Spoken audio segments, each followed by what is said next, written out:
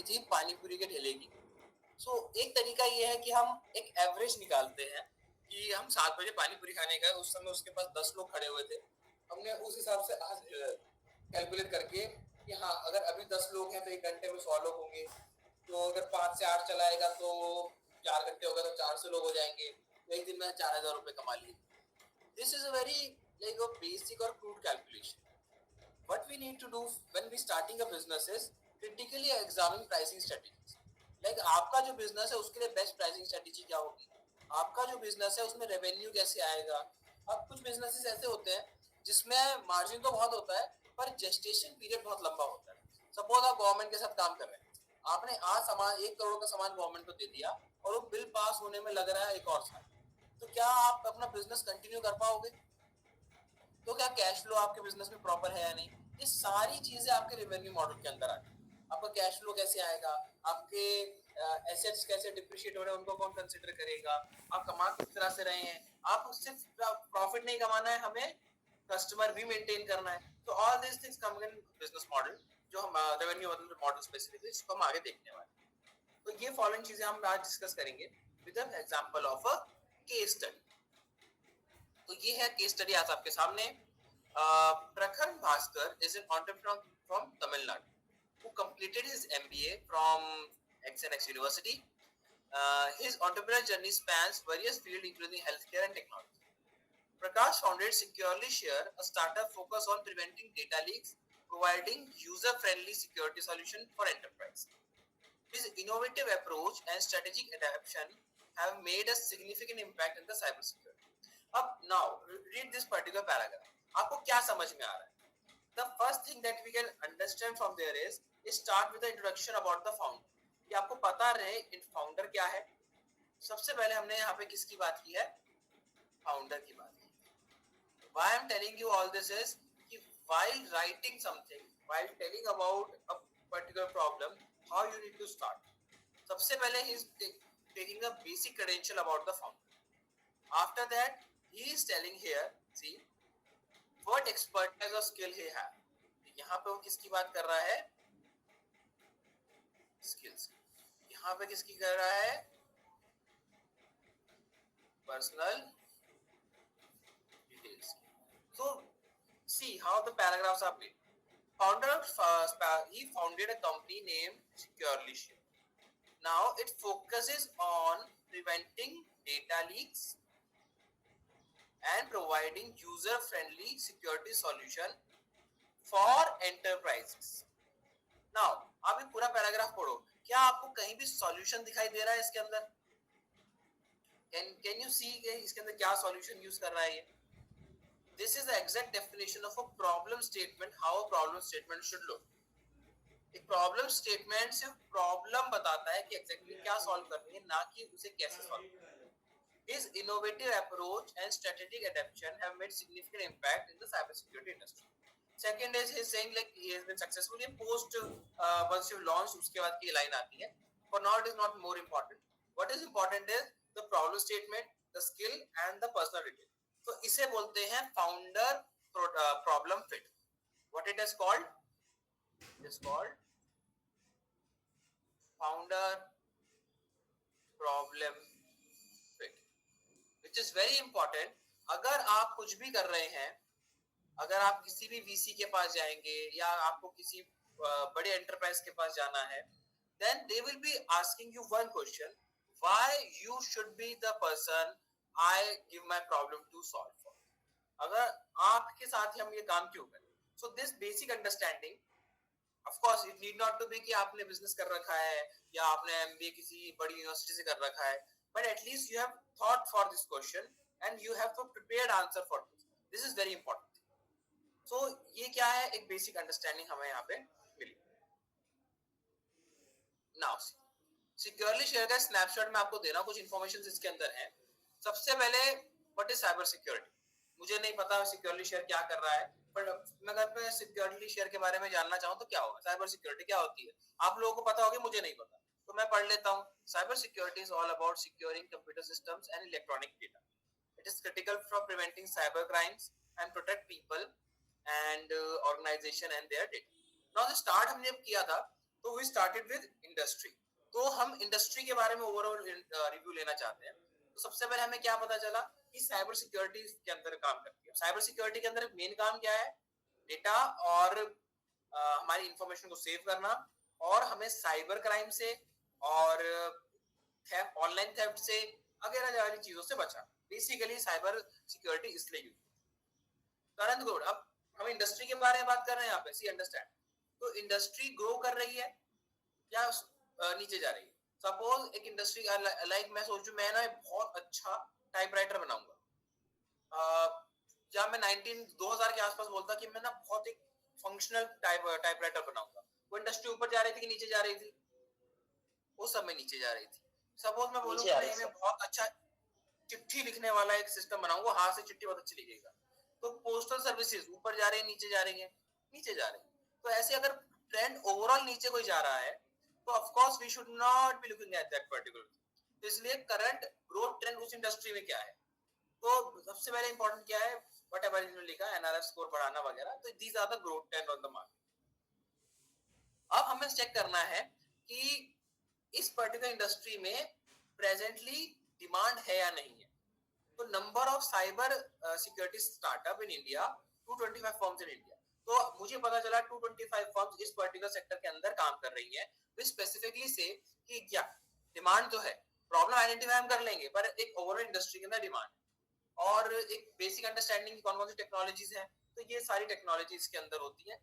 तो अगर कोई काम करना चाहेगा तो उसे एक इंडस्ट्री का ओवरव्यू मिल जाएगा। तो what is this called? This is called, मेरा पेन सेकंड, या this is called industry overview. So now we have an industry overview कि what exactly is happening. Now देखो, हमने स्टार्टिंग में बात की थी एक मैक्रो पर्सपेक्टिव हमें चाहिए था और दूसरा हमें माइक्रो पर्सपेक्टिव चाहिए था। तो हमने बेसिक मैक्रो अंडरस्टैंडिंग इंडस्ट्री की बना दी। नाउ हमें जो करना है हमें उसके बारे में जानकारी लेनी होगी। We need to know what we are doing. तो अब सिक्योरली शेयर की बात करेंगे। सिक्योरली शेयर क्या करता है? It is a cyber security startup founded by this person, focusing on data security solution, prevent data leak and storage. Again, specifically your problem that you are solving. अब ये problem है जिसको solve करना है। अब इसको हम कैसे अप्रोच करने वाले? This is where exactly the business model comes.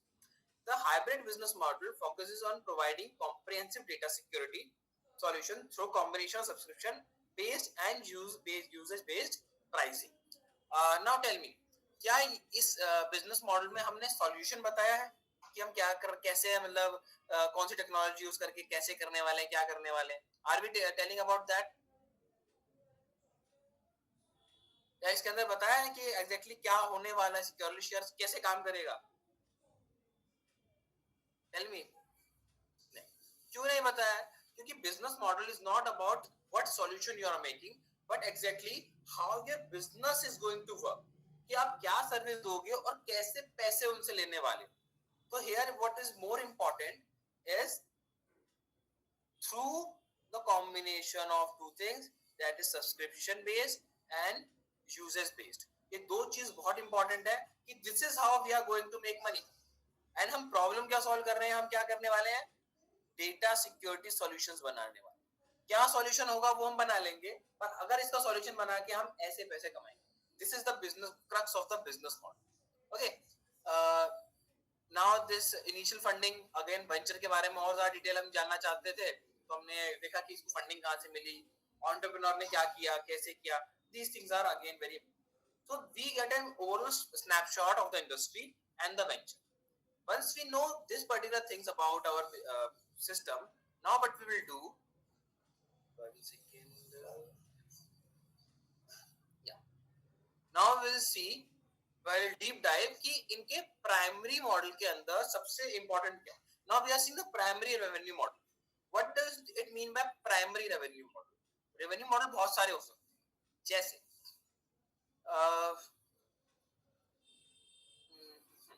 जैसे आपने ऑटो रिक्शा देखी होंगी। ऑटो रिक्शा का प्राइमरी रेवेन्यू मॉडल क्या है? They take money, they take the fees and they drop a person from place one to another. This is the one business model, primary revenue model they have. Do they have any other prime revenue model? Anybody? आसपास हमने बहुत रिक्शाएं देखी हैं, कोई दूसरा revenue model इनका है? Transport the material. Sorry? Transporting the material. Transporting the material, या इट कैन बी लॉजिस्टिकली हम यूज करते हैं बहुत सारे लोग ऑटो रिक्शास को। उसके अलावा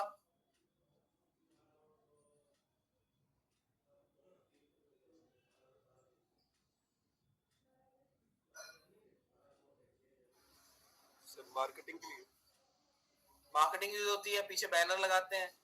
it is something which is supplementary. 500 रुपए हफ्ते के, महीने के 500, 1000 रुपए हफ्ते महीने के मिल जाते हैं, तो it is a secondary, but they are not based on that particular advertisement. ऐसा नहीं वो एडवर्टाइजमेंट के लिए घूम रहे हैं। So when we understand the primary business model, that should be something that actually provide the whole expenses and your core business model. बाकी models आते रहेंगे, जैसे गूगल है, गूगल का सब्सक्रिप्शन भी है, but there primary business model is still the Google AdSense. तो उससे अगर उनकी कमाई नहीं आ रही है तो बाकी चीजों उसको कॉम्पनसेट कर दे, it is less likely to happen. तो सबसे पहले हम बात करते हैं रेवेन्यू मॉडल की। तो इनका जो सबसे पहला इनिशियल मॉडल था वो था सब्सक्रिप्शन मॉडल। तो start with a flat subscription offering service for a single fee. उन्होंने फीस ले ली और उसके अंदर हम उसको सब्सक्रिप्शन दे रहे हैं। एक मॉडल हमारे पास ये है। अब इसके साथ क्या प्रॉब्लम हुई? Again, it is a case study, so we'll see what problem they faced. The problem they faced was the one-size-fit-all approach was limiting the large enterprise and perceived as overpriced by smaller startups. अब आपने क्या किया? आपने fees रख दी। अब जो बड़ी enterprise है, सपोज एक कंपनी है जिसमें 500, 600, 1000 लोग काम कर रहे हैं, their problem is more customized and they want a solution specifically for their problem. Versus a small startup होगा, maybe they don't want to pay that much price for their data security. So इस problem के साथ क्या, इस model के साथ problem क्या है? ये मॉडल एक ऐसा यूनिवर्सल सिस्टम बना रहा है जिसको सब यूज कर ले, which is not possible in this particular domain. कुछ डोमेन में पॉसिबल है, नेटफ्लिक्स के अंदर वर्क कर रहा है, Amazon प्राइम के अंदर वर्क कर रहा है, but here is not working. Next revenue model क्या लिखा है? Payment to pay as you go. क्या मॉडल होता है, कोई बताएगा? Anyone? What this model is all about?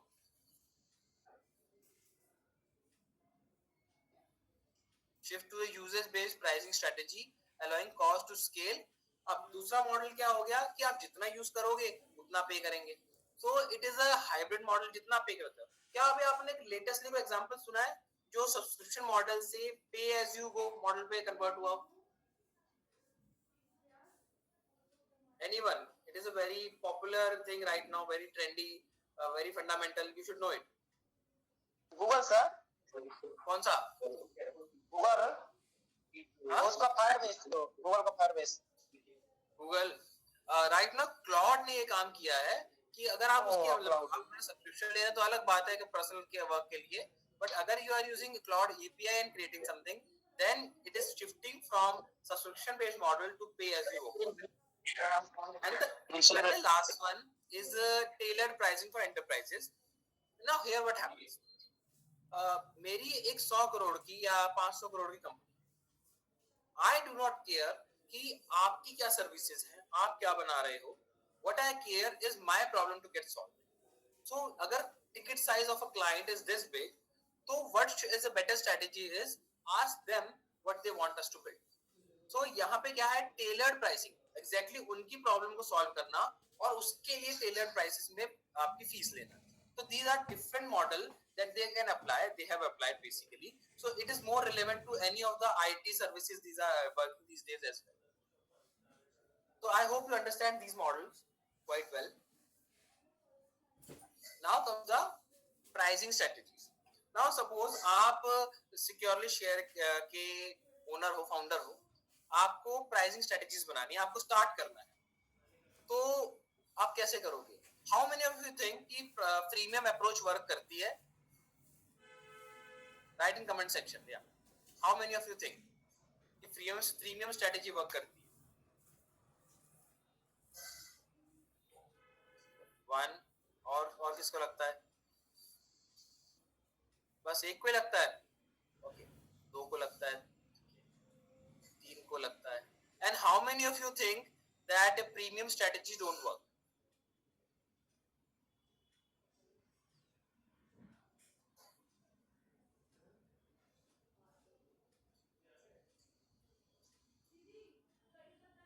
Most of you think premium strategies don't work. Can you tell me like any example जहाँ पे premium strategy use होती हो right now? Any example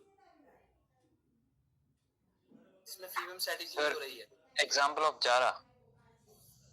चारा, Yeah. सारा, okay. So there are multiple things. So either you can use a freemium strategy or you can not use a freemium strategy. Freemium strategy use करने के benefit क्या होते हैं? Initial user आपको easily मिल जाता है, validation easy है. But are there any con of using a freemium strategy?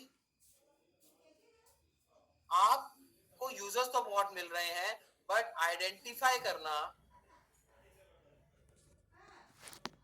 Sir, recent example of premium category. So 18 that launches by Virat. yeah, so yeah, 180 is a good example. So identify करना